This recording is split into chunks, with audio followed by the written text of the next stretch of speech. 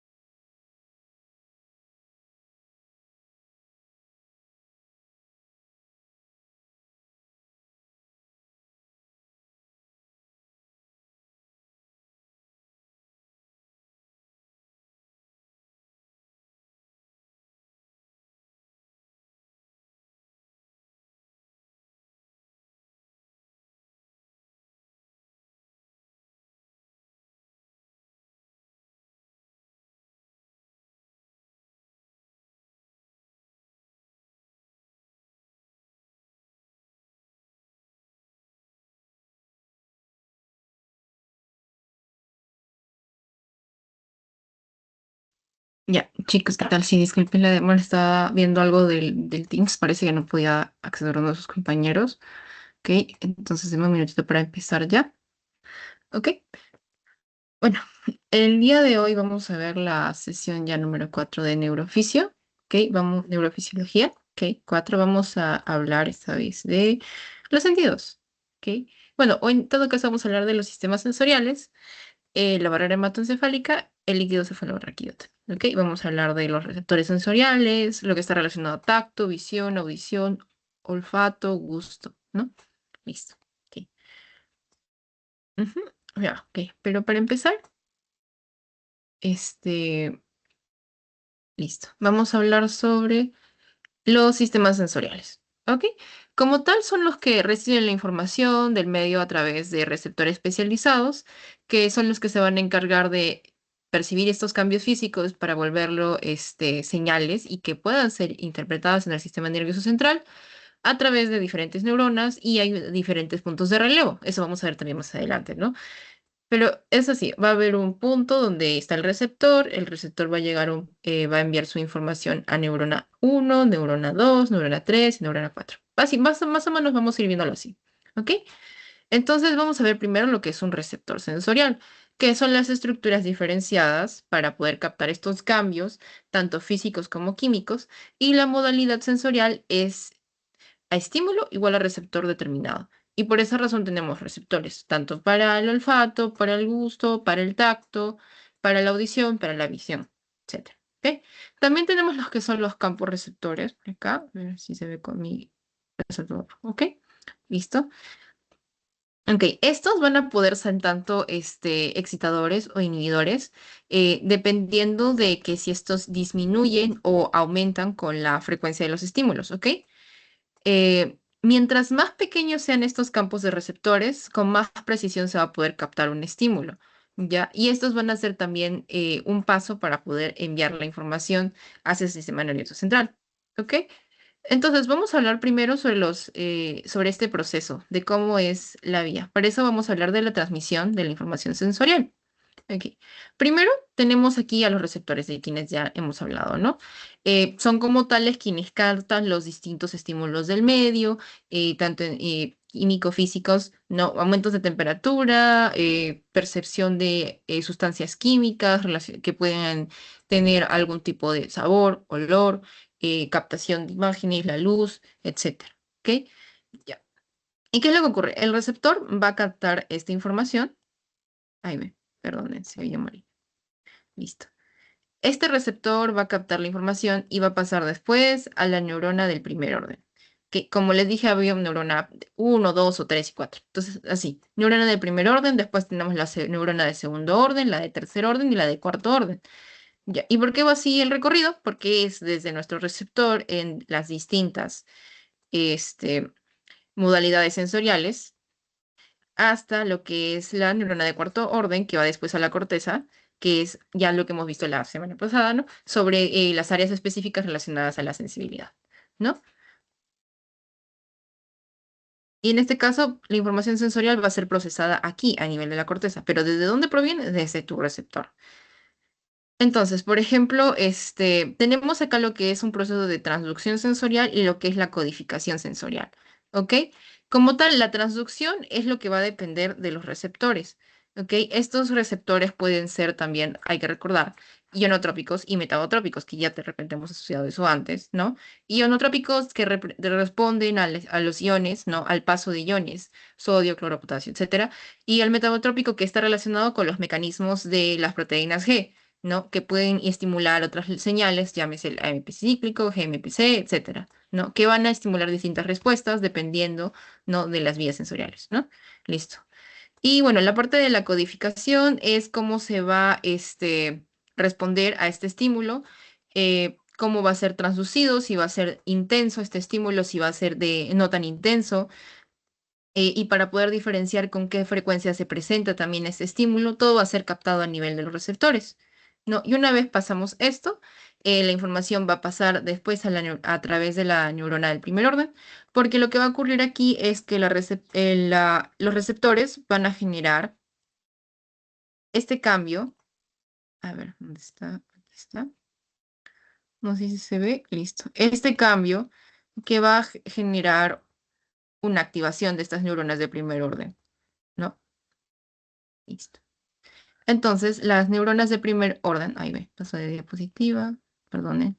Las neuronas de primer orden van a enviar esta información a la médula espinal, ¿no? En el primer núcleo de relevo, para después hacer sinapsis con la neurona de segundo orden.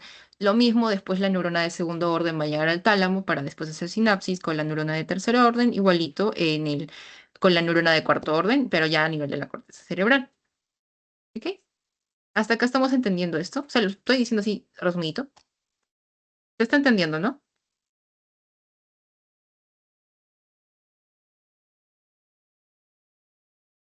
Sí, chicos, ¿todo bien? Víctor, Miguel, Valeria, Kiara.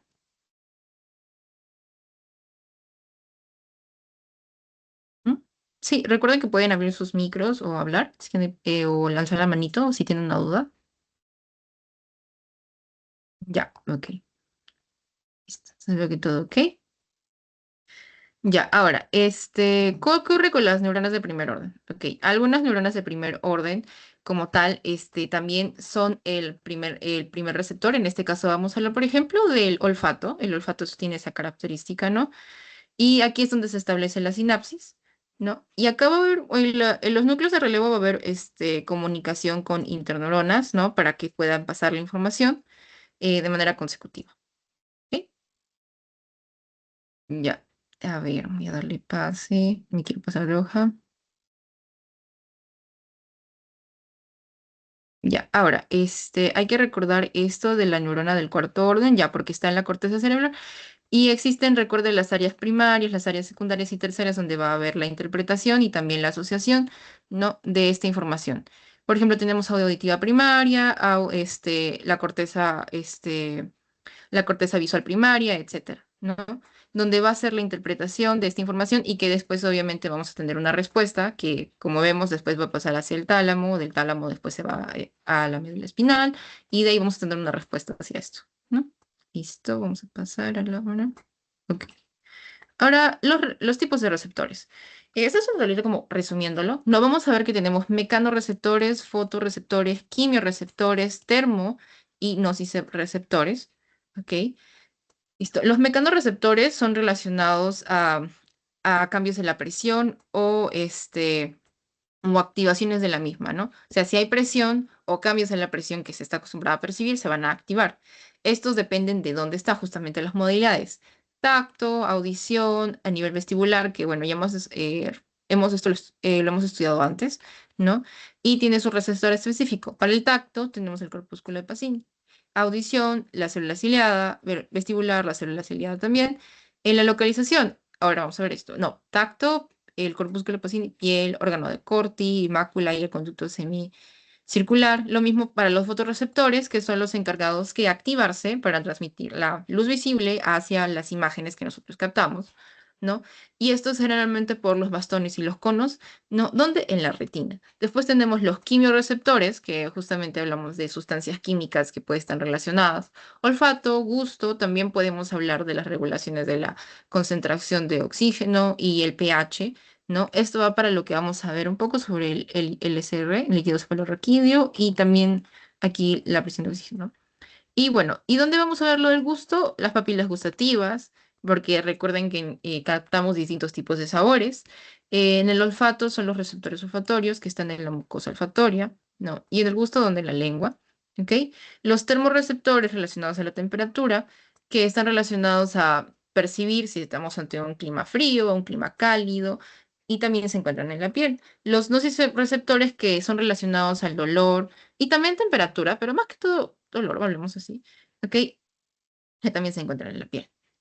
¿Listo? Ok, entonces, para ir avanzando sobre los distintos receptores, vamos a hablar ahora de la parte somatosensorial, que está relacionado aquí, la sensibilidad somática, a los mecanorreceptores, ¿no? Entonces, ¿qué hacen estos receptores? Van a procesar la información que si llega a través de la piel, ¿no? En este caso, por el tacto o el cambio de la posición, también por el dolor y la temperatura, porque como hemos visto aquí, hay múltiples receptores a nivel de la piel, ¿no? Cada uno con distintas funciones. En este caso, primero los mecanorreceptores, ¿no?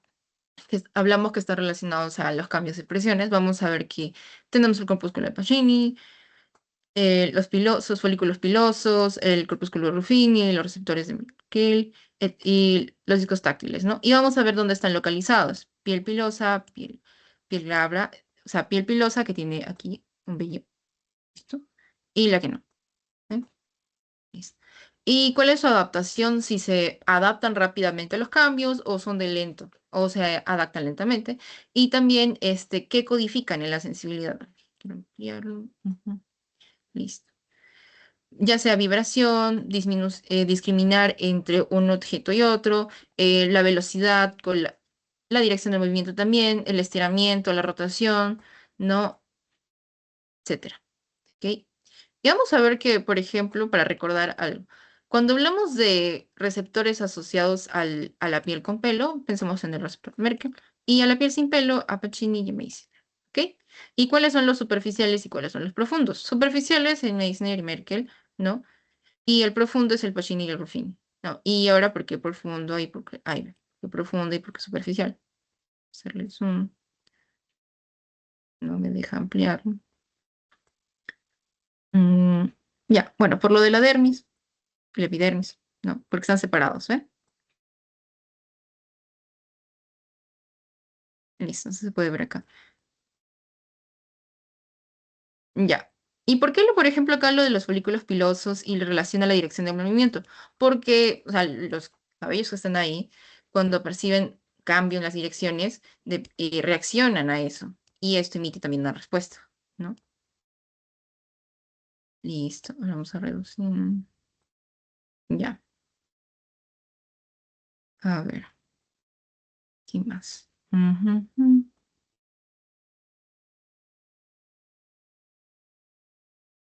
Ya, la parte de los discos táctiles son similares también a los de Merkel, ¿ok? Son similares, no son iguales, porque los pueden de repente consultarles, ¿no? Son similares. La diferencia más que todo es la ubicación, ¿no? Porque los discos táctiles están en la piel pilosa y los discos de Merkel están en la piel glabra. ¿Ok? Listo. Ujú, ujú. Bueno. Después acá, como hemos visto, tenemos los termorreceptores, que son los que son de adaptación lenta y detectan los cambios de la temperatura. ¿Ok? Estos como tal vamos a ver que van a responder y van a tener picos de respuesta. ¿Ok? Y vamos a ver que actúan también los del dolor, porque recordemos que el frío y el calor también pueden producir dolor. Podemos tener incluso quemaduras por frío, aparte de las quemaduras que hay por el calor, ¿no? Y obviamente que va a haber una respuesta dolorosa, ¿no? Entonces, ¿qué tenemos, por ejemplo, acá? Si vemos aquí en la gráfica, vemos un pico de activación, ¿no? En donde empiezan a dejar de funcionar y donde empiezan a actuar. Por ejemplo, si estamos a temperaturas de 5 grados, ¿no? Vamos a ver que los receptores por dolor del frío tienen alta actividad, ¿no? Listo. A ver, ¿dónde está mi lapicero? Y en cambio, los receptores de frío regulares, los que usamos generalmente, acá estamos hablando de algo fresco, ¿no? Los 25 grados tienen mayor actividad acá. Pero más o menos ven aquí cómo se empiezan a inactivar lentamente y pasan a después a activar los receptores del frío helado, que ya vendrían a ser relacionados al dolor, ¿no? Igual lo mismo acá, cuando la temperatura empieza a aumentar, estos receptores receptores para el frío empiezan a disminuir también su actividad y empiezan a activarse los receptores del calor.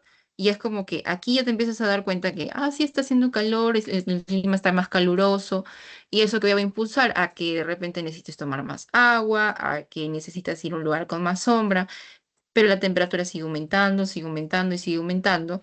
Entonces, estos receptores que ya llegan a un pico alrededor de los 40 entre los 40 y los 45 grados, ¿ven? Van a dejar de funcionar y ya empezamos a ver una activación de los receptores por dolor o por el calor, ya a partir de desde los 45 grados hacia adelante, ¿no? O sea, el calor ya te empieza a generar dolor, quemadura, de repente alguna molestia, etcétera, ¿no?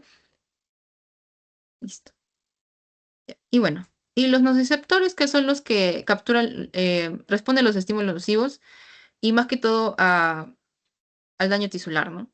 Por ejemplo, esto del dolor, no relacionado tal vez a un corte, a un golpe, etcétera. Y acá tenemos luego lo que viene a ser las vías somatosensoriales, ¿no? Tenemos las somatosensoriales de la columna dorsal y la de la anterolateral, ¿ok? ¿Cuál es la diferencia entre cada una? Que una es específica para tacto fino, presión y propiocepción, y la otra es relacionada a olor, temperatura y tacto ligero, ¿ok? Bueno, hasta acá estamos entendiendo la parte de la vía somatosensorial, ¿no? ¿Todo bien, chicos?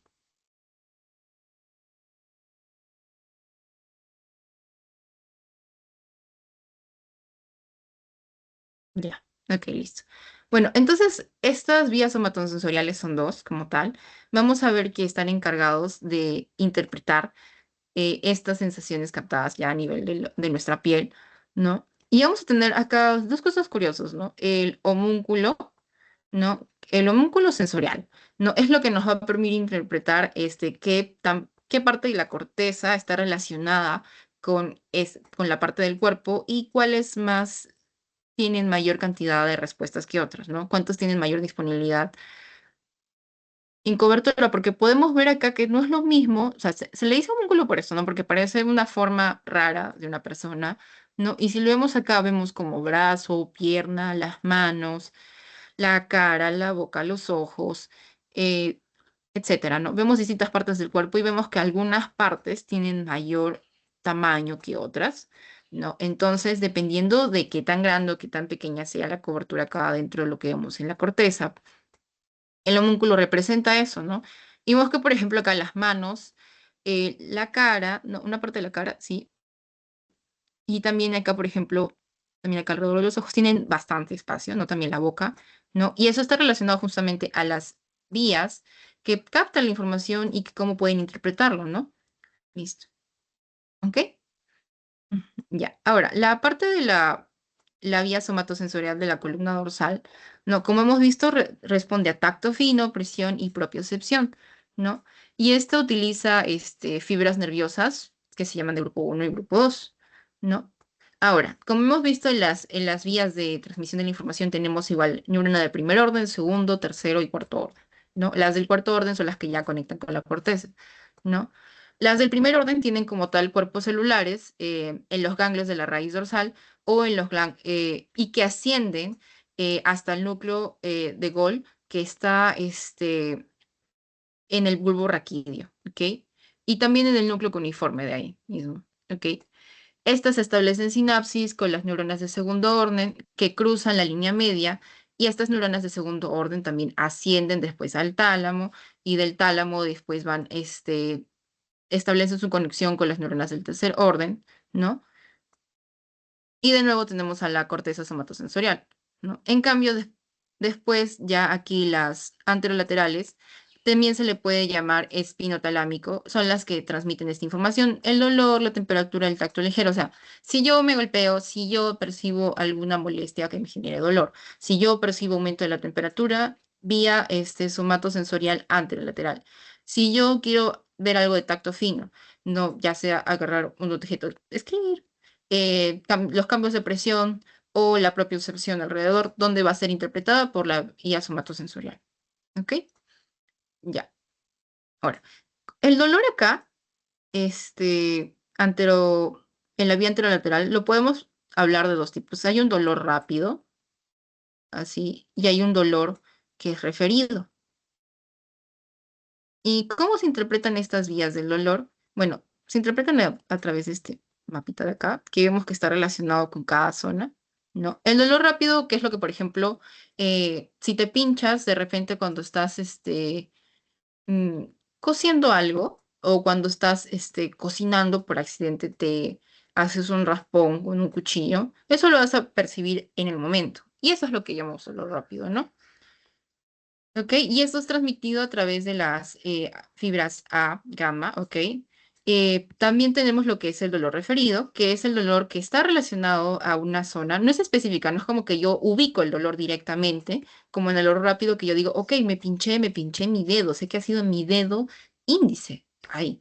Pero en el cambio el dolor referido es un dolor no tan específico y está relacionado al dolor que está proveniente de las vísceras, ¿no?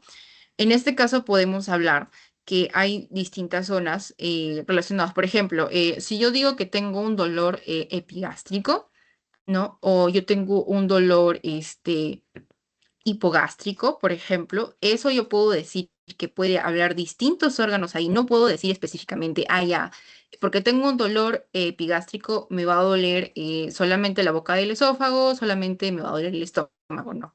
Sino que puedo decir, en esta zona hay distintos órganos que pueden tener estar relacionados a este dolor, ¿no?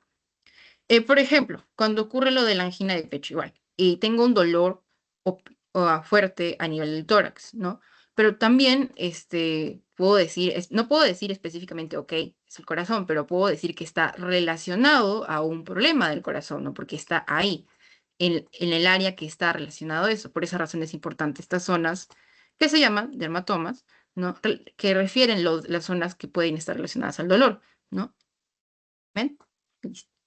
Ujú, ya. Y otra cosa más a recalcar aquí es la diferencia que hay. A ver si se ve acá la ampliación, ¿no? Ahí ve, se pasó, perdón.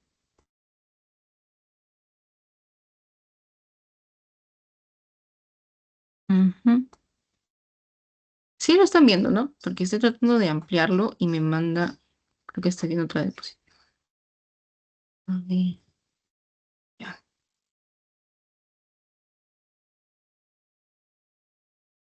Ya, bueno, como lo hemos mencionado, ¿no? La diferencia más que todo también entre estas vías, aparte de la función, es donde ocurre el primer relevo que hemos hablado, que es donde ocurre la conexión de la neurona de primer orden con la de segunda.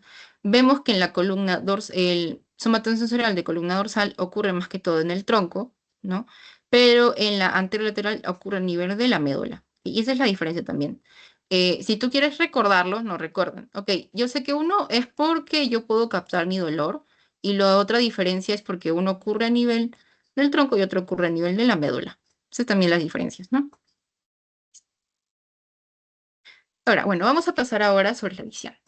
Ok, la visión como tal es el que detecta e interpreta los estímulos luminosos, o sea, las ondas electromagnéticas, para que después convertirlo aquí a las imágenes que nosotros interpretamos en nuestro cerebro. Estas ondas tienen entre 400 a 750 nanómetros, que es lo que constituye la luz visible. O sea, esto es lo que nosotros podemos ver. Si es menos de 400 o más de 750, nosotros no vamos a ser capaces de verlo. Y vamos a ver que aquí el ojo tiene distintas capas, la capa externa, la capa media y la capa interna. ¿Ok? La capa externa está compuesta por la córnea, el epitelio corneal, la conjuntiva y la esclerótica. Después tenemos la capa media, que ya es una zona más vascular, que habla de la iris, el coroides. Y la capa interna, ¿no? Que está compuesta por la retina y es la responsable de aquí de nuestra agudeza visual. Y el punto máximo de la agudeza visual que tenemos nosotros va a ser a nivel de la mácula de la retina. Listo. También tenemos aquí acá vamos a ver lo que es el punto ciego, ¿no? Porque vemos acá cómo entra la luz, que es el disco óptico, que es el inicio de acá del nervio óptico. ¿Ok? Ya. Hasta acá estamos entendiendo, ¿no, chicos? Sí. Ya, perfecto. Ujú. Ok. ¿Cuál es lo más resaltante ahorita para recordar es sobre la capa interna? Porque aquí tenemos a la retina, aquí vamos a encontrar, ¿no? A los que interpretan la información que viene a través de los estímulos luminosos, ¿no? Los receptores, ¿no? A ver, acá lo tengo. La siguiente, listo, acá está. Los fotorreceptores, ¿no? Son los que transforman la información del sistema hacia el sistema nervioso central, ¿no? A los axones y a las células ganglionares de la retina, ¿no? Eso es importante. Vemos acá los bastones y los conos. Listo. Que la diapositiva anterior está acá y la forma. No sé si se ve más grande. Listo. Ya. Sí, vemos acá que son distintos, ¿eh? Ujú.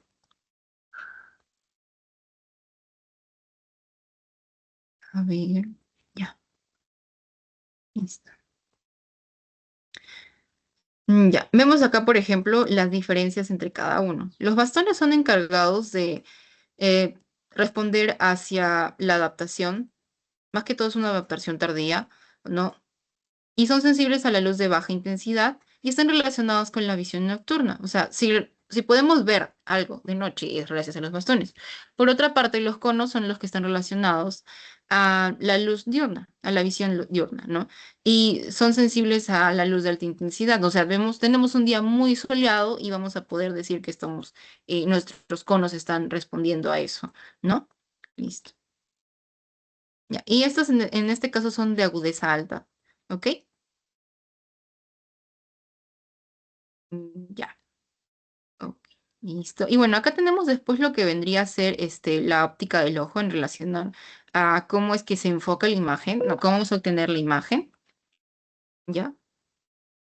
Ay, perdón, la Wii. ¿Ok? Vemos que, por ejemplo, hay una separación más o menos entre el aire que proviene, ¿no? Que está en el ambiente, ¿no? Porque si no, también no podríamos captar correctamente la imagen, ¿no? Vemos que después tenemos aquí el siguiente punto que es la córnea. Luego tenemos acá el humor acuoso, aquí el cristalino y el humor vítreo. Y después aquí en el fondo tenemos la imagen. Así más o menos es como que va viajando la imagen, ¿no? Y acá tenemos el objeto, ¿no? El objeto después va a verse de cabeza, ¿no? O sea que tengo A y aquí voy a tener una de cabeza. Pero a nivel de nuestro cerebro va a ser interpretado como si estuviese acá, porque ya está adaptado a entender que esta es una imagen correcta. O sea, si aquí a nivel de acá justamente, del punto ciego, ya llegó la imagen, listo. Y esta imagen, por los enfoques de las lentes, ¿no? Este torno de cabeza, nuestro cerebro la va a interpretar, ¿no? Porque también los podrían confundir de repente con eso, ¿no? La va a interpretar correctamente porque así es como ya está programado, ¿no? Ahora, ¿cuáles son los índices de refracción? Ta, ta, ta, ta. Voy a borrar esto un poquito. Listo. Ok. Con la refracción del aire es 1, de la córnea es 1,38, en el humor acuoso es 1,33, en el cristalino 1,4 y en el humor mitral 1,34. ¿Ok? Ya. Y bueno, en sí esto es todo lo que los va a permitir conseguir una imagen y aparte enfocarla, ¿no? ¿Ok? Listo. Ya. Ahora, tenemos las vías ópticas. Ok, tenemos acá ya nuestro ojo, nuestro nervio óptico, etcétera, ¿no? La retina va a formar la retina va a ser lo previo a lo que vamos a tener hasta el nervio óptico. Luego el nervio óptico va a tener los tractos ópticos. Y estos tractos ópticos después van a establecer sinapsis, perdón, con los cuerpos geniculados, ¿no? Y estos cuerpos geniculados están donde en el tálamo, y después van a ascender a la corteza, ¿no? A la corteza visual a través del tracto geniculado. ¿Ok? No, tracto genículo calcáreo, perdón. Tracto genículo calcáreo. Y así es como viaja la información desde nuestros ojos hasta el cerebro. ¿Ok? Y cómo es interpretada. Listo. Ahora, en este proceso, si ocurren lesiones, vamos a tener distintos cambios, ¿no? Por ejemplo, si tenemos lesión del nervio óptico, va a haber lo que se llama una ceguera ipsilateral, ¿no? Y dependiendo, claro, si es solamente un lado o los dos. Ya bilateral sería los dos, ipsilateral sería solo de un lado. ¿Ok? Después, si tenemos una afección a nivel del quiasma óptico, ¿no? Esto va a generar lo que se llama heminopsia bitemporal, que es para ambos campos, ¿no? Y es lo que va a estar relacionado a que no se va a poder transmitir la información. O sea, tú vas a ver, tu retina está funcionando bien, pero en ese punto del quiasma óptico la información se detiene. Se detiene el pase de la información, entonces ya no va a ser enviada y por lo tanto no va a poder ser interpretada. No. Si se daña después lo que vendría a ser el tracto óptico, vamos a tener una heminopsia contralateral, homónima pero de un ojo. ¿Ok? Y después tenemos lo que vendría a ser sí, la heminopsia contralateral, esa es para solo un ojo, ¿ok? Después tenemos la del tracto genículo calcáreo, ¿no? Ya esto es más arriba, como hemos visto, que también causa heminopsia contralateral, ¿no? Ujú. En este caso, lo que ocurre con este tipo es que hay una destrucción de las neuronas en la corteza que se encargan de interpretar la información a nivel visual. O sea, todo está bien hasta que llegamos a la corteza y en la corteza no están las neuronas encargadas de interpretar esa información, entonces tampoco va a poder generarse la imagen y por ende también no va a haber visión, ¿no? Ya. Ojo que no se destruyen todas las neuronas, ¿no? Pero van a estar dañadas y obviamente que no se va a generar una muy buena imagen. ¿Ok? Listo. Ya.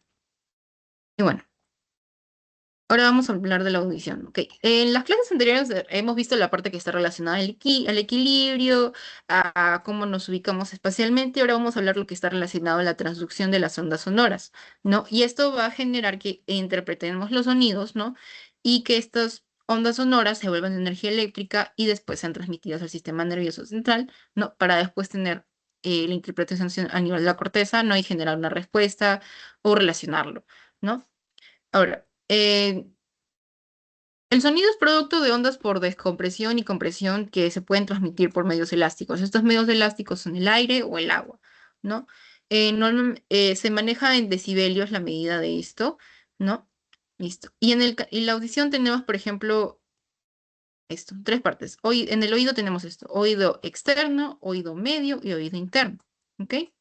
Listo. El oído externo es lo que está encargado de dirigir las ondas sonoras del medio del ambiente. O sea, todo lo que escuchamos, ahorita lo que están hablando y lo que estoy hablando, va a ser captado por tu oído externo para poder redirigirlo al canal, ¿no?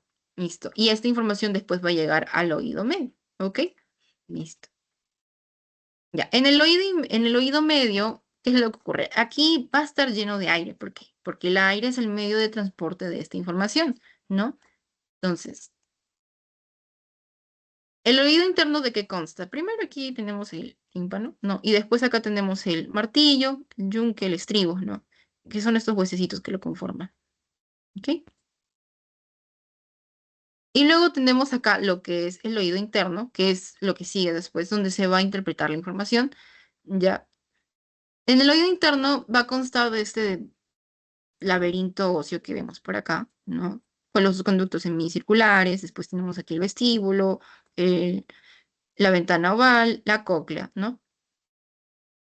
Los conductos semicirculares, ¿cuántos son? El lateral, el posterior y el superior.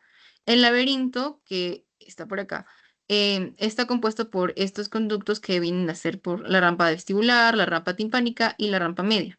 Después tenemos la cóclea y el vestíbulo, ¿no? Que ya hemos visto acá.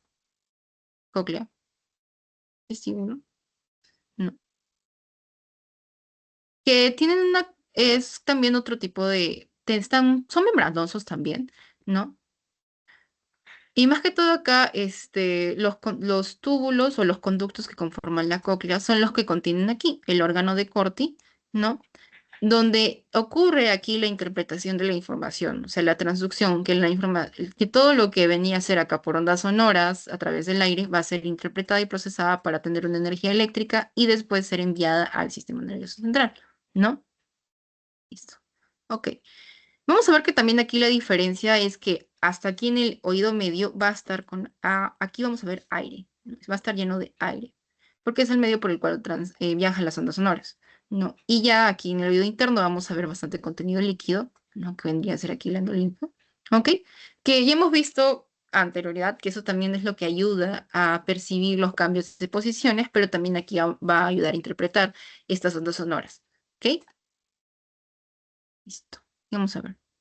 Aquí está la transducción auditiva y cómo es que la presión sonora se va a volver en energía eléctrica. Y el aparato de transducción sensorial, aquí es el órgano de Corti. Ok. Como tal, hemos visto que se encuentra en la cóclea. Aquí está, en un corte.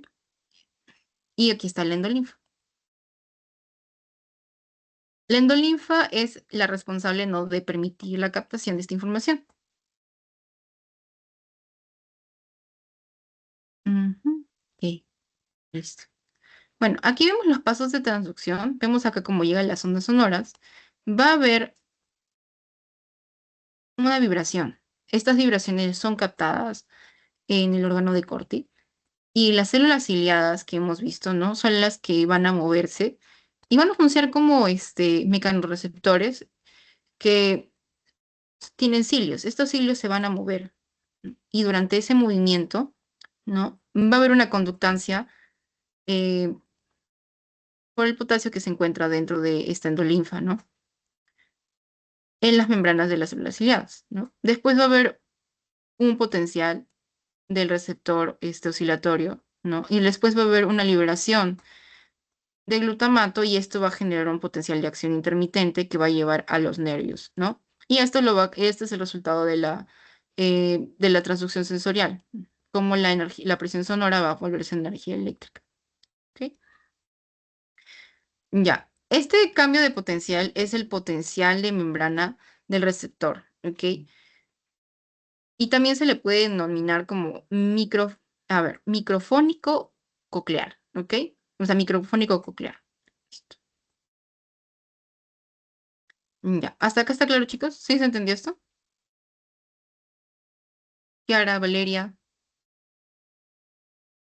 hay dos Valeria, sí, Valeria, Valeria Rosario y Valeria Angie. ¿Todo bien? ¿Se entendió, chicos?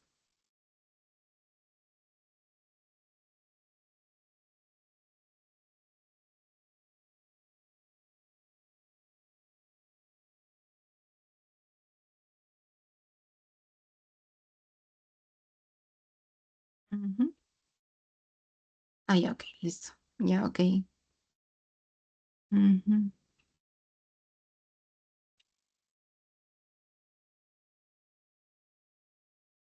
Mm, ya, a ver, voy a ver si alguna pregunta, chicos, una consulta hasta acá.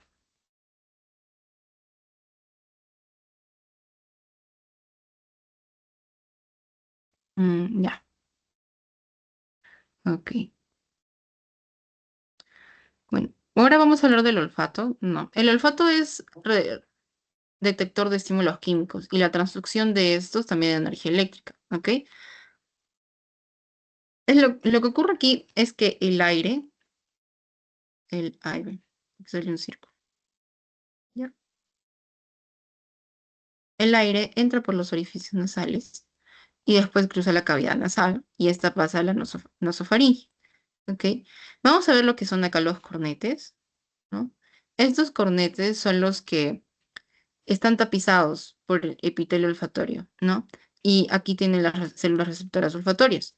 Entonces, estas células receptoras son los que captan estas sustancias, estos estímulos químicos, ¿no? Para ser interpretadas y después llevadas hacia el bulbo olfatorio, después el tracto olfatorio y después al sistema nervioso central, ¿ok?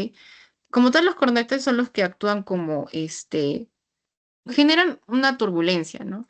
En el flujo del aire, ¿no? Porque esta parte de acá, que tiene un tamaño no mayor a 5 centímetros cuadrados, es la única donde está esta membrana olfatoria. Luego de esto sigue epitelio respiratorio, ¿no? Y estos cornetos son los que permiten la captación, o sea, que estos estímulos químicos, no que están en el aire, no escapen, sino que sean retenidos ahí y sean captados a través de los nervios, a través del nervio olfatorio, ¿no? ¿Ok? Ya. Y bueno, acá vemos la estructura, ¿no? Ya. Vemos aquí el tracto olfatorio, después, bueno, esto es como que, ok, es la ampliación de esta imagen, ¿ya? Listo. Ujú. Ya. Las células olfatorias como tal, son células bipolares, ¿ok? Y son parte directa del sistema nervioso central. Tenemos alrededor de 100 millones de ellas en este pequeño espacio, ¿ok? Listo. Y tenemos una parte que está relacionada también al moco, que estas son las glándulas de Bowman, que son las encargadas de secretar el moco acá también, en la nasofaringe, ¿ok? ¿Qué ocurre con los hilos olfatorios? Estos hilos olfatorios son los que están conectados acá, justamente, y gracias a los cornetes pueden captar estos estímulos químicos, ¿no? Listo. Y son como una marañita, así como ven esto, y que reaccionan a estos distintos estímulos. Aquí se ve ordenadito, ¿no? Pero es como que si estuviesen así, varios juntos, ¿no? Y acá es como que está libre en el aire, ¿no? Y esto puede ser de repente del aroma de una colonia, de un perfume, el olor de una comida, etcétera, ¿no? De una especie, etcétera, ¿no? Que va a ser captado por ellos, ¿ok? Estos después ascienden. De aquí tenemos a la célula olfatoria y acá también tenemos a las células de sostén. Y luego tenemos que así sigue ascendiendo hacia el glomérulo, del glomérulo hacia la célula mitral y de la célula mitral hacia el tracto olfatorio. ¿Ok? Ya. Esta información que es captada a través de a través de los cilios olfatorios va a pasar por un proceso también de transducción de señal olfatoria. ¿Ok? Listo. Y bueno, y acá también tenemos algunas alteraciones, ¿no? Del olfato. si tenemos ausencia del olfato, o sea, no olemos nada, anosmia. Hiposmia es que tenemos una disminución del sentido del olfato, o sea, sí puedo percibir que estoy oliendo algo, pero no con tanta intensidad. Tal vez, por ejemplo, estoy al costado de, por ejemplo, el ají. El ají tiene un olor muy fuerte, pero si yo tengo hiposmia, yo no voy a captar ese olor tan fuerte, sino para mí es como que estuviera muy bajo, casi imperceptible. Y la disosmia es la distorsión del sentido del olfato, o sea, percibir que estás oliendo algo, pero no hay nada alrededor. ¿Ok? Listo. Ok, ¿qué ocurre con la transducción de esta información? Como hemos visto, estas moléculas que viajan a través del aire se unen a los receptores, ¿no? Van a haber proteínas receptoras que están aquí en los cilios. Estos cilios van a captarlos, ¿no? Y en total existen alrededor de 1000 proteínas olfatorias, ¿no? Y estas están relacionadas a receptores acoplados a proteína G. Y cada uno tiene una codificación distinta y tiene una respuesta distinta, ¿no? Entonces, una vez que ya se unió estas moléculas hacia su proteína receptora específica, van a liberar adenilciclasa por medio de la proteína G. En este caso se llama GOLF, ¿ok? GOL. ¿Ok? Esta sustancia que genera olorosa, por ejemplo, no sé, ya como les dije, el del ají, ¿no? Va a activar GOLF, ¿ok? ¿No? Y esto va a generar la liberación de adenilciclasa. ¿Ok? Y después vamos a tener lo que es el aumento del AMPC cíclico por la conversión del ATP, ¿no? Y esto, al aumentar los niveles intracelulares de AMPC cíclico, se va a producir una apertura de canales. Esta apertura de canales va a generar lo que es eh, una permeabilidad hacia iones de sodio, iones de potasio, iones de calcio, ¿ok? Esto después va a llegar a la membrana receptora, ¿no? Que va a generar una despolarización por el potencial que se genera por estos iones, ¿no? Este potencial genera un umbral que va a permitir que pase esta información, ¿no? Hacia el axón y del axón hacia el nervio olfatorio, ¿no? Aquí está. Bueno, y una vez que esto se propaga a lo largo del nervio olfatorio, va a llegar hacia el bulbo olfatorio, ¿no? ¿Ok? Y es como más o menos así se va a generar estas sustancias químicas, ¿no? Que viajan a través del aire, van a volverse después energía eléctrica. ¿No? ¿Por qué? Porque ¿cómo se vuelve la energía eléctrica? Cuando generan ese potencial de acción para después pasar al axón, ¿no? Listo. ¿Ok? Bueno, continuando, vamos a hablar ahora del gusto. ¿Ok? Igual, de la misma manera, hay sustancias químicas que son detectadas y transducidas por quimiorreceptores, pero ¿dónde? Localizado en las papilas gustativas. Ahora, tenemos alteraciones relacionadas con el gusto. Tenemos lo que es ageusia, que es la ausencia del gusto, la hipogeusia, que es la disminución de la sensibilidad del gusto. El que está comiendo algo muy, muy picante, a todos le pica, o sea, son 5 personas y a todos está picándole. Y esta persona, por ejemplo, antes le era muy picante, pero ahora lo vuelve a comer y por alguna razón no lo siente tan picante como siempre. Ya, por ejemplo, hipogeusia, ¿no? Hipergeusia, que es el aumento de la sensibilidad gustativa. Come algo no tan salado o no tan dulce, o sea, tiene poquitito de sal, pero esa persona ya lo siente muy, muy salada. Piensa que de repente en vez de echarle media cucharada de sal, le echaron 3 o 4 cucharadas de sal, ¿no? Y la disgeusia, que es la distorsión del gusto, en este caso, hay una alteración en la sensación del sabor con el estímulo gustativo, o sea, esta persona sintió que estaba comiendo algo salado cuando estaba comiendo algo amargo, ¿no? No cuadra lo que interpreta con lo que recibió. O sea, el estímulo recibido fue una comida salada, ¿no? Y terminó percibiendo que estaba comiendo algo amargo, por ejemplo, ¿no? Ya, listo. Ok. Ujú. Ya. Bueno, y tenemos acá lo que es el buzón gustativo, donde aquí, dentro, ¿de dónde? De la papila gustativa. ¿Ok?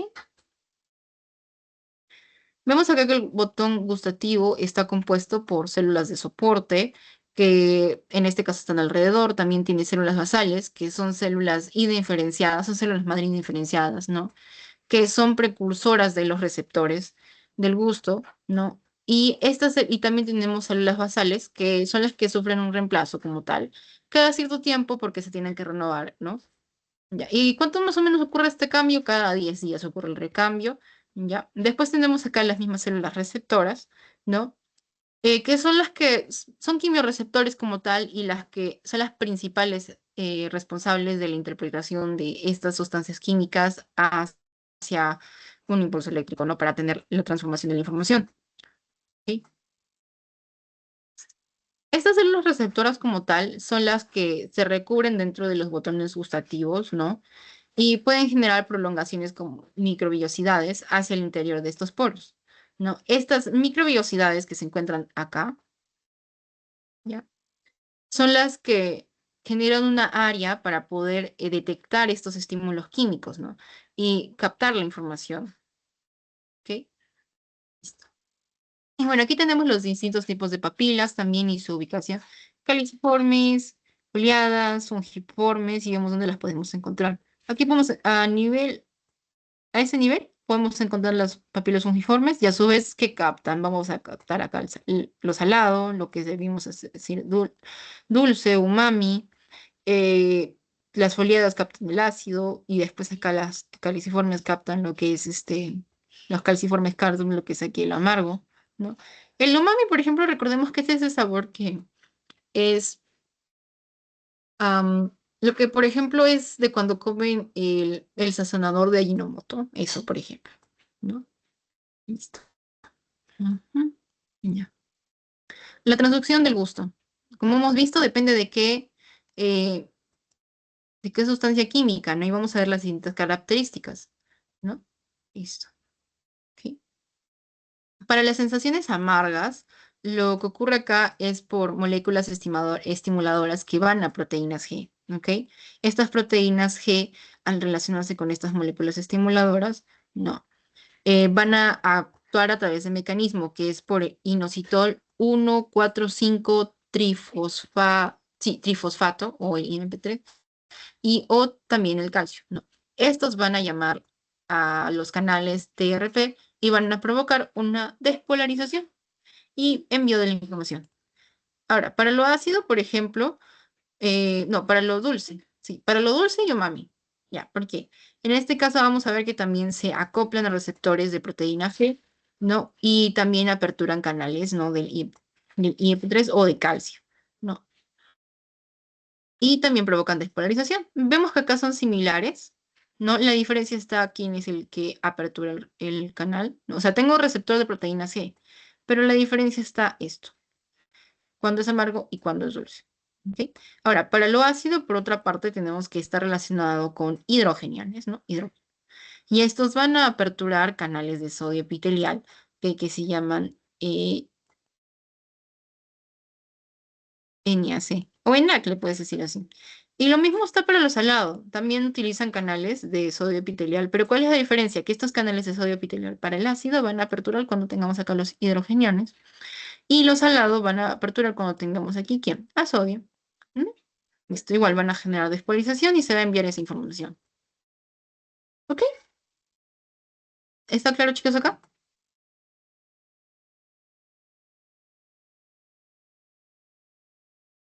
Ujú. ¿Todo bien, Miguel? Yuri, Juan.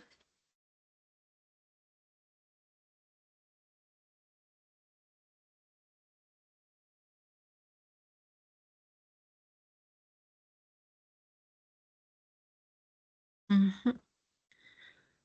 Ya. ¿Les parece si 5 minutos de descanso, les parece? Porque justo de acá vamos a ver lo que es la barrera hematocefálica y de ahí lo del líquido cefalorraquídeo.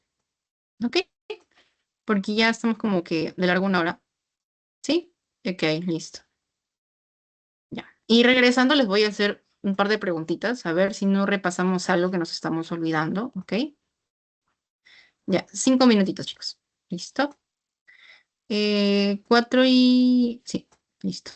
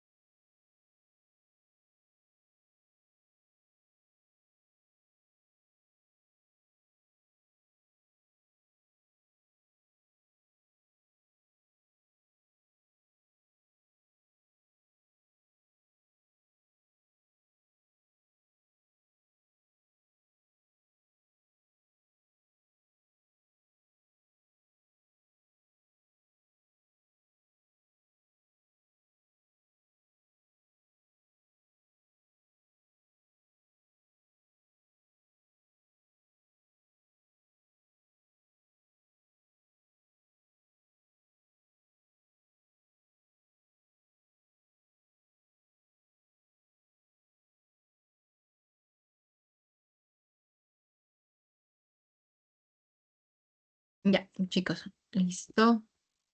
Vamos a ver. Ujú. Ya, ok. Ya, espero que ya estén todos. Ok. So, vamos a pasar ahora por la parte de la barrera hematoencefálica. A ver, pero vamos mm, a ver, recordar un poquito ahorita. Eh, ok. eh, ¿Con qué ok, los receptores, ¿con qué neurona tienen su primer relación? Con la de. Porque hemos hablado que hay neuronas del primer, segundo, tercer y cuarto orden, ¿no? ¿Dónde ocurre la primera conexión? No. ¿El receptor con quién interactúa primero?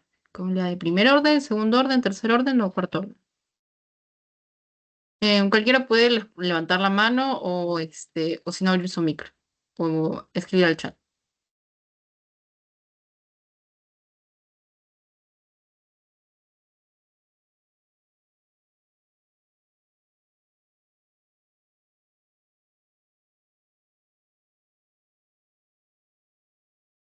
Ujú. Mm.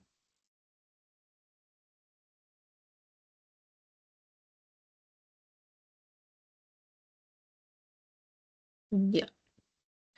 A ver,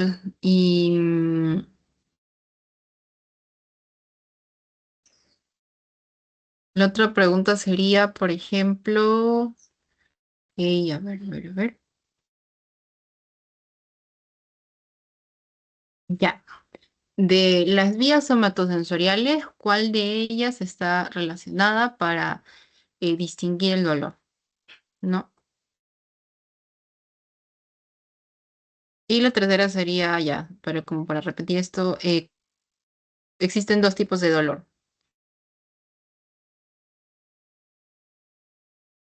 ¿Cuáles serían?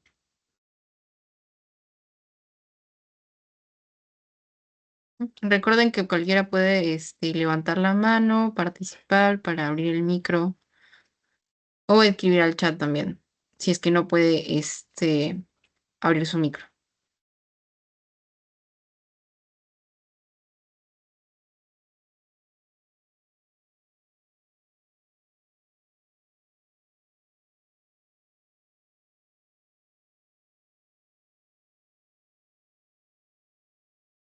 Ujú. Si no, voy a llamar a cualquiera, chicos, ¿ok? Ya. A ver. Ujú, ujú. A ver, ¿qué área?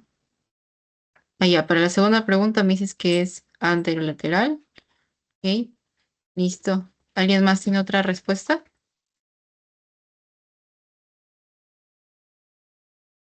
Ujú. Ya. Sí, es la anterolateral. Y Kiara, ¿me podrías decir cuáles son los dos tipos de dolor que hay?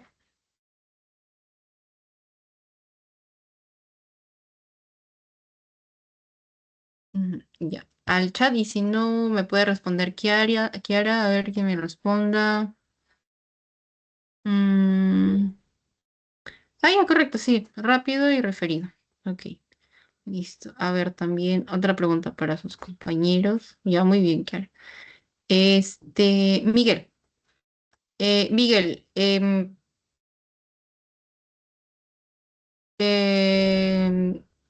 el sistema de la columna dorsal, ¿qué es lo que capta?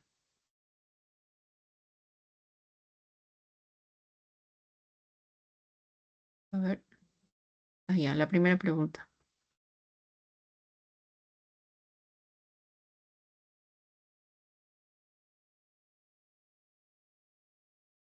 Ok, no te preocupes, Valeria. Ok, listo. Valeria Angie. Ok. Ujú. Ya, listo. A ver, otra pregunta. Ya, ahorita que estamos viendo esto del tracto del gusto. Ya. ¿Cuántos? Ya.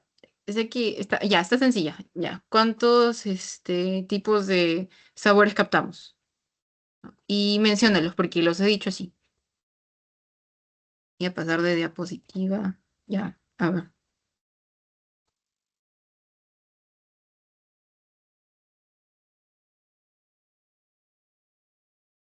Ujú. ¿Qué sabores son los que captamos?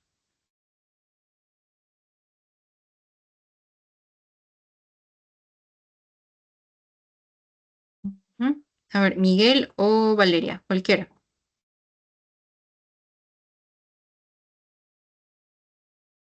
Ujú. Y de nuevo, recuerden que si no pueden abrir el micro, pueden escribir al chat, así que no hay problema.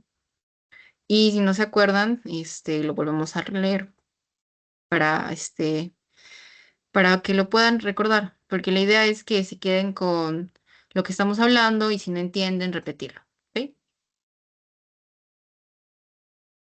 ¿Ya? ¿Listo?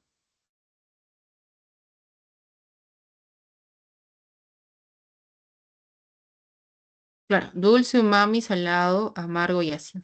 Ya. Y ahorita, a ver, cuando ocurre la transducción gustativa, el, el dulce y el umami se interpretan, se transducen de la misma manera, se transducen juntos, separados. Ahí está. Porque hemos visto ahorita que en la transducción eh, hay receptores que son similares, ¿no? Pero que tienen diferencias específicas para decir, ah, ok, este receptor capta lo amargo, capta lo dulce por tal característica. Ya.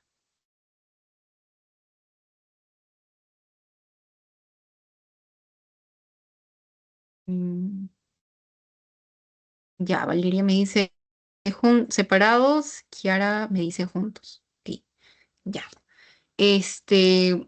O sea, para no confundir, recordemos esto, ¿no? Que hemos visto que diciendo que hay receptores que están relacionados a proteína G y otros que están relacionados a canales. Pero recuerden que en canales, y como de atrás para adelante, está lo que está del sodio y el receptor epitelial, ¿no? El receptor epitelial de sodio, acá está. Ya. Y eso es lo que capta el salado y el ácido. Pero, ¿cuál es la diferencia? Que cuando se activa el receptor epitelial por sodio, debido a que hay hidrogeniones, vamos a hablar de ácido, cuando activa solamente porque ve sodio, es el salado. Y ahora, cuando tenemos la captación de del dulce y umami, vemos que están juntos. ¿Y cuál sería más que todo la diferencia? ¿Dónde hemos visto acá? La ubicación. ¿Ven? ¿Ven que lo que es dulce y umami lo captamos aquí en la punta de la lengua? ¿Mm? ¿Listo? ¿Y por qué? Aquí están las fungiformes, justamente, que están ubicadas acá. También les pueden preguntar por eso, ¿no? Para interpretar, ¿no? O sea, por ejemplo, si yo quiero, ok, em, ¿qué papila gustativa es la que capta lo salado? Ahí nos ponemos a pensar un poquito más. ¿Y de quiénes estaríamos hablando? De las fungiformes. Pero ¿qué otra cosa también captan? Lo dulce y el umami. ¿Quiénes son las que captan lo ácido? Las foliadas, ¿no? O sea, más que todo por la distribución que vamos a ver acá, ¿no? Y bueno, acá lo amargo, que ya serían las caliciformes. ¿Ven? Listo. ¿Ok? Entonces, ven, acá más que todo la diferencia no es mucha, más que todo es por la proteína G que lo activa, que son específicas para esto, ¿no? O sea, en los receptores, digo, las sustancias amargas tienen receptores específicos de proteína G, igual que las de dulce y umami tienen receptores específicos de proteína G, que al activarse estas proteínas G van a aumentar el IP3 o el calcio, ¿no? Pero recuerden, son receptores específicos por dulce y umami o de amargo. ¿Ok? Que no son iguales, porque recuerden que existen varios, son grandes, es gran variedad, pero que están diseñados específicamente para captar eso, ¿ok? Sino que en el proceso de transducción van a activar estas proteínas G. Y en cambio acá, por el canal epitelial de sodio, si ve hidrogeniones, estar relacionado a la transducción con lo ácido. Y si ve sodio, si tenemos sodio ahí, va a ser lo salado, ¿ok? Pero otra preguntita.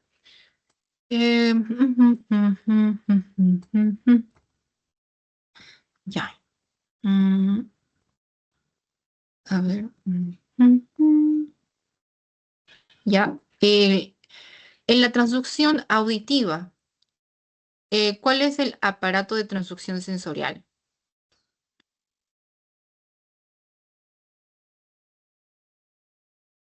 Ujú. Juan, Miguel o Yuri, cualquiera puede responder.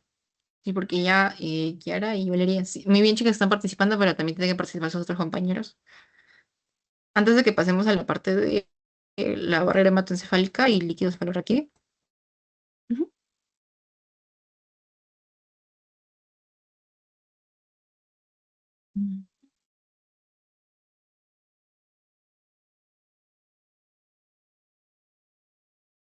Mm, ya. Ok. Bueno, entonces para revisar eso, bueno, vamos a retroceder. Está aquí. Por acá. Sí, el órgano de corte. El órgano de corte es el encargado de realizar esta transducción auditiva, ¿no? Y porque justamente estas ondas sonoras van a generar esta vibración, la vibración va a generar la inclinación de estos cilios, y como hemos visto estos cilios que están rodeados de ¿quién? De endolinfa, ¿no? Va a haber un movimiento y va por la conductancia que hay por ese movimiento, por los iones de potasio que están ahí, va a generarse este potencial que va a generar la liberación, ¿no? De glutamato. Y este glutamato es que va a generar el potencial para poder después estas de estas ondas sonoras, pasarlos después a energía electroquímica, ¿no? Y tener lo que es la transmisión de la información auditiva. ¿Sí? Tan, tan, tan, tan. Ok, chicos, ya. Entonces, una vez ya checado algunas cositas, vamos a pasar a lo que es la barrera hematoencefálica. ¿Sí? La barrera hematocefálica como tal es una membrana selectiva que es permeable y que regula el paso de la variedad de pequeñas o grandes moléculas en el microambiente de las neuronas, que fue descubierta por Paul Ehrlich y Edwin Goldman. Ok. Tiene una función, más que todo es proteger a las células cerebrales de las fluctuaciones de la composición de la sangre. ¿Y por qué? Porque en la sangre hay variación de las concentraciones de proteínas, de glóbulos blancos, etcétera, ¿no? Y funciona como ¿qué? Como una barrera física, como una barrera bioquímica y como una barrera reguladora.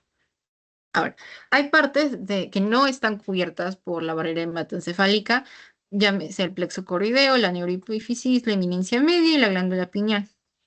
¿Ok? Vamos a hablar de las células que lo conforman. Y como vemos aquí en esta imagen, su función, vemos que es una barrera como tal. No hay mucho espacio entre células, vemos acá también. Y eso lo vamos a ver aquí. Listo. Vemos que tenemos a las células endoteliales, que son uniones, que generan uniones intercelulares estrechas, como vemos acá. ¿Listo?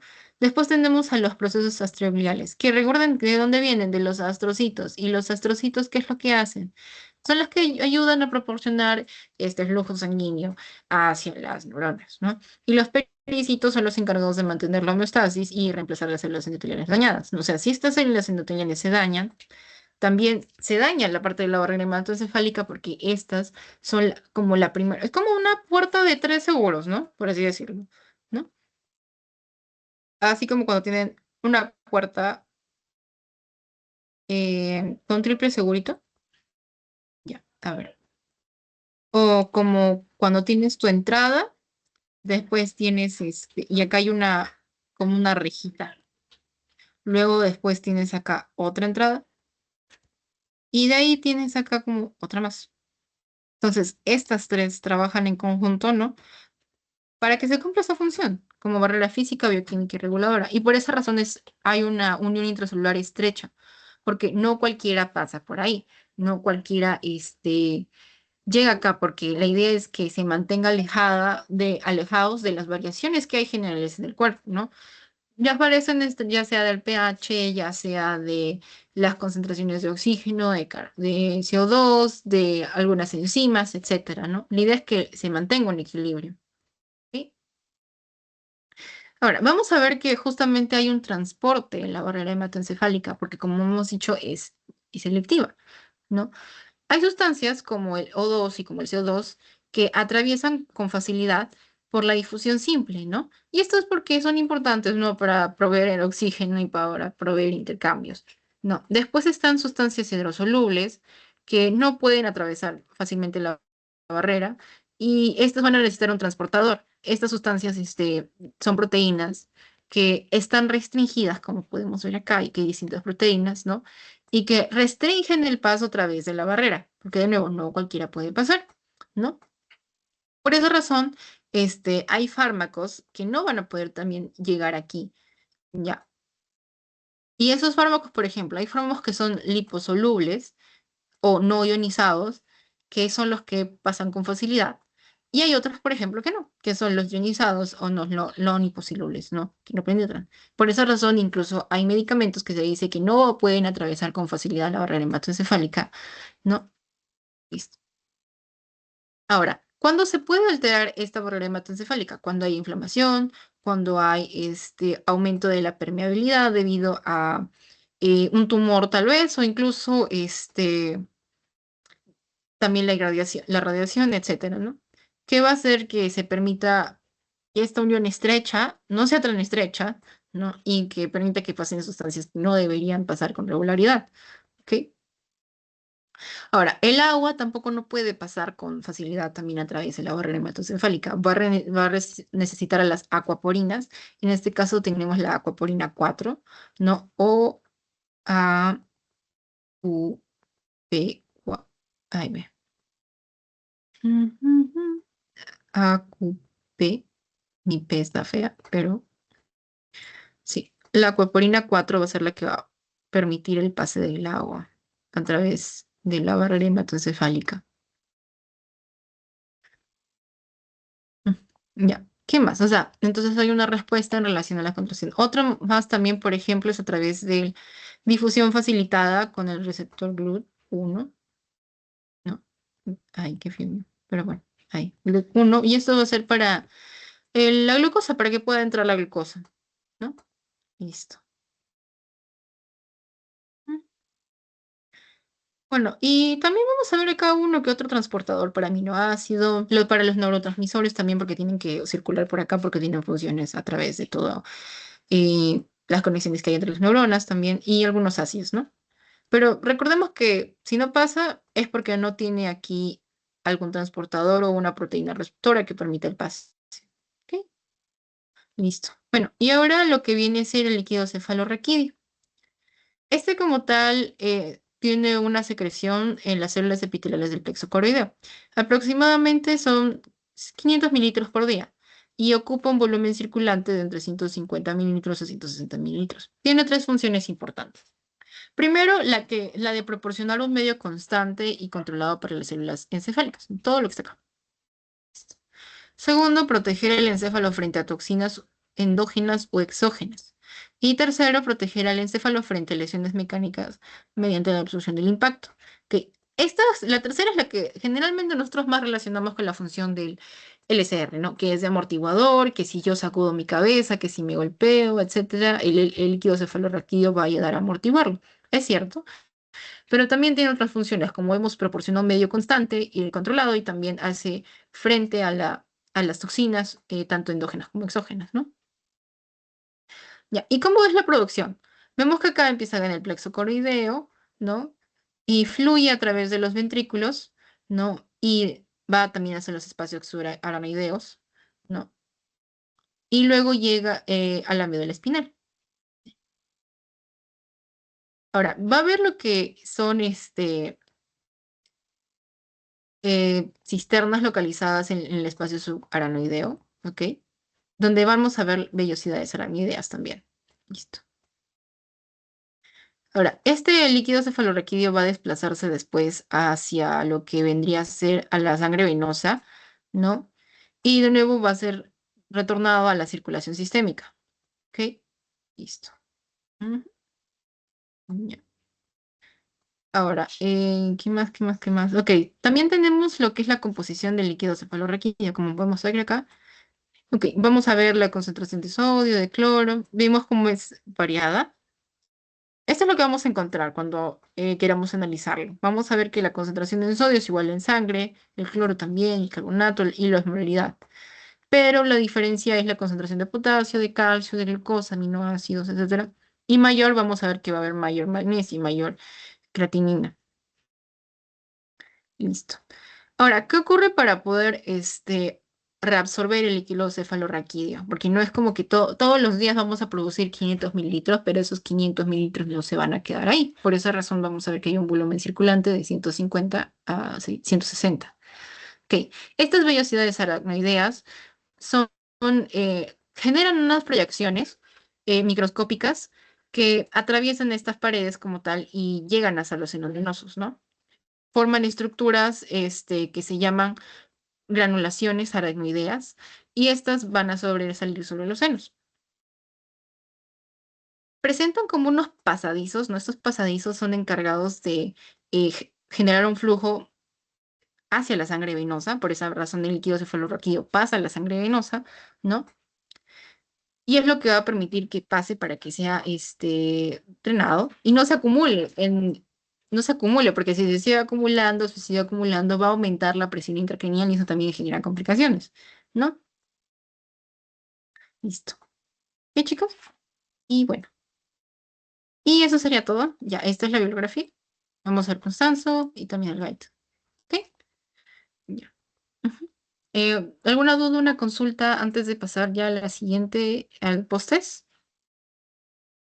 Ujú. Bueno, recuerden acá más que todo de la barrera hematoencefálica, recuerden sus funciones como barrera, ¿no?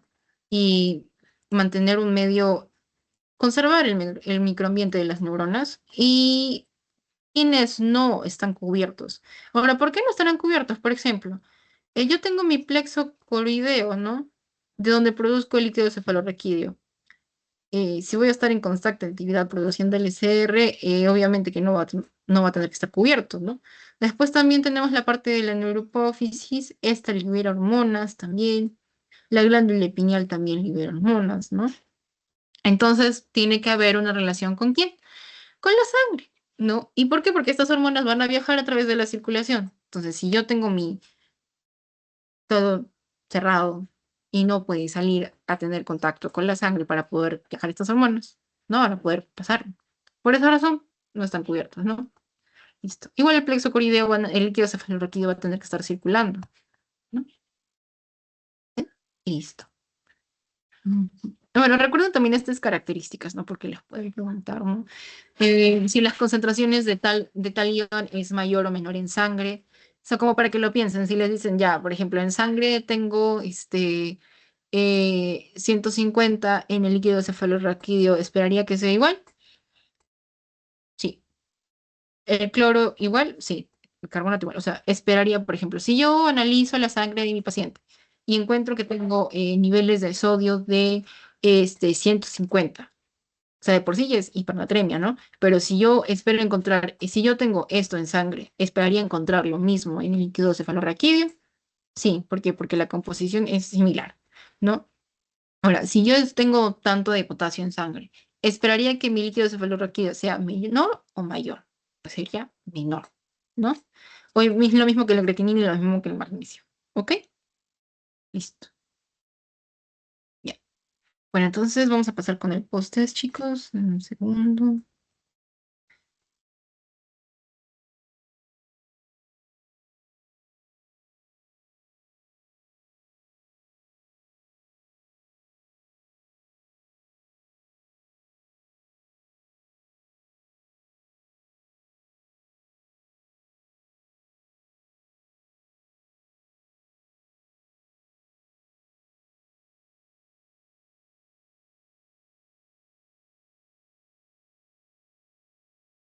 Listo.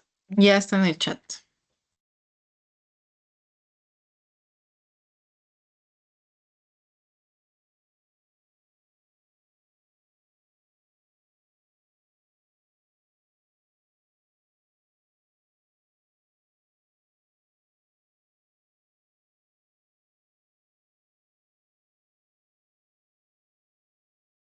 Ok, pueden ir resolviendo. De la misma manera tienen sus 15 minutitos, chicos, para ir resolviendo. Ok.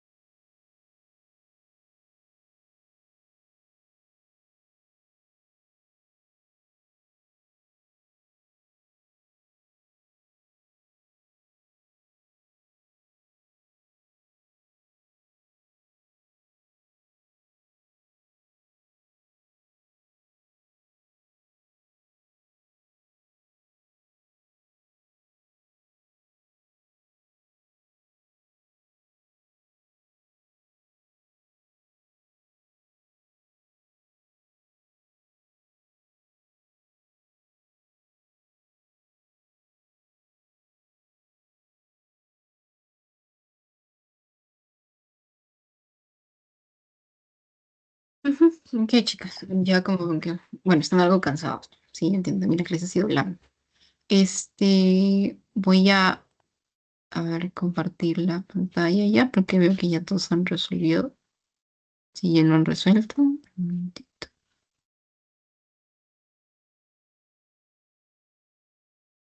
Ujú. Ok, pasamos. Ok. Ya, primera pregunta, ¿cuáles de los siguientes receptores somatosensoriales se encuentran afectados cuando se tiene un problema de discriminación táctil fina? Ok, para eso vamos a hablar de los receptores, los corpúsculos de Meissner. Ok, listo. Eh, Ay, me quiero bajar. Luego, ¿cuál de los siguientes receptores está implicado en la percepción de la vibración? Corpúsculo de Pacini. ¿Cuál es la estructura ocular? Tiene mayor agudeza visual y está ubicado en el centro de la retina. La mácula. Ok. ¿Qué tipo de células en el epitelio olfatorio son responsables de detectar las moléculas olorosas? Las células olfatorias. Ujú. Y bueno, la última pregunta, ¿qué afirmación es verdadera con respecto al sistema anterolateral o espinotalámico? Y bueno, olor, temperatura y tacto. Pero no. Ok, chicos. Listo. Eso sería todo.